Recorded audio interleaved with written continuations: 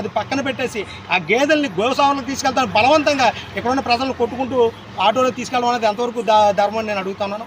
అలాగే ఆ గేదెలను తీసుకొచ్చి అక్కడ పెట్టనంటే నీ ఇంటికి పట్టుకెళ్తావా, నీ ఇంట్లో దాచుకుంటావని పోలీసులు మమ్మల్ని ఎదురు ప్రశ్నించడం అంటే నేను ఇక్కడ మిమ్మల్ని అందరినీ అడుగుతాను.